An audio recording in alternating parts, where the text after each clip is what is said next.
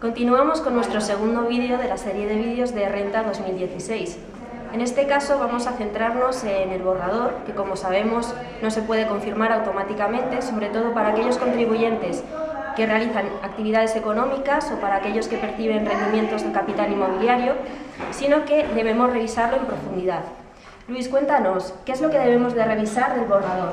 Bueno, es muy importante revisar la titularidad de los bienes o derechos del contribuyente. Y me estoy refiriendo, por ejemplo, a las cuentas bancarias. Si tenemos unas cuentas bancarias en titularidad con otras personas, bueno, a lo mejor el dinero con el que se han nutrido estas cuentas es de solamente una de ellas.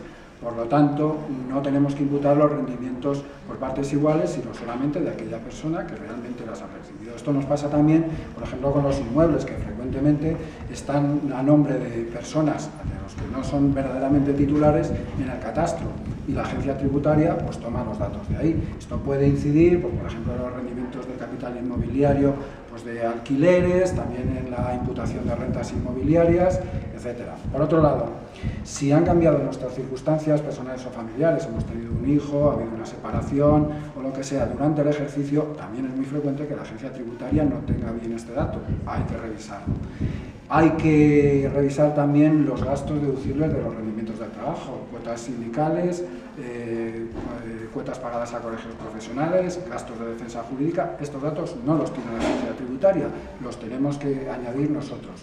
Y por último, también pues, va a ser muy frecuente que determinadas ganancias o pérdidas patrimoniales, si no está bien la imputación o si no está bien la titularidad de los bienes, pues no estén correctos. Y podemos tener ingresos de los cuales no tenga noción la agencia tributaria, pues porque nos los haya pagado alguien que no es empresario profesional, alguien que no tiene que retener. Esos ingresos los tendremos que tener nosotros.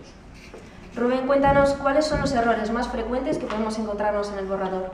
Muy bien, en primer lugar no hay que tener prisa en dar al botón para presentar la aclaración, puesto que efectivamente pues, hay errores que podemos cometer.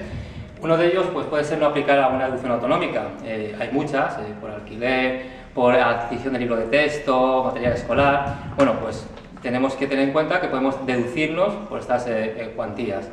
Luego, si hemos recibido algunas ayudas públicas, por ejemplo, vivo en una comunidad de vecinos y recibo una subvención porque hay que poner el ascensor, bueno, pues a lo mejor ese dato no está en el borrador y tengo que imputarme yo la parte correspondiente de esa subvención como ganancia patrimonial en función de mi coeficiente de participación. A lo mejor me he comprado un coche y tengo derecho al PIBE y el concesionario no le ha dado tiempo a Hacienda a dar ese dato. Bueno, pues no va a figurar en el borrador y sin embargo yo tengo que imputarme esa ganancia patrimonial. Hay que tener en cuenta también que las circunstancias pueden haber cambiado, de los mínimos por descendientes. Incluso un hijo, que hasta ahora yo me podía deducir por él, pues se ha puesto de autónomo, tiene un trabajo y por tanto tiene que presentar la declaración. Si esto es así, pues entonces el padre no se podrá aplicar el mínimo por descendientes. O si estoy divorciado pero tengo la guardia y custodia compartida, bueno, pues en principio cada cónyuge tiene derecho a aplicar el mínimo por descendiente a mitad. También hay que tener en cuenta, bueno, que hay una serie de casillas que si no marcamos la declaración podemos perder incentivos fiscales. Por ejemplo, operaciones a plazo. Si yo no marco esta casilla, pierdo el derecho a imputar, en este caso, la ganancia en función de los cobros. O también, si he vendido mi vivienda habitual y pienso reinvertir en otra vivienda, tendré que marcar la casilla correspondiente, porque si no, también posiblemente pierda este derecho. Finalmente, por decir alguno más, bueno, pues la deducción por vivienda no solamente es la hipoteca que pago al banco, sino que también entran otras cuantías, como puede ser una parte del seguro de hogar que tenemos contratado de esa vivienda.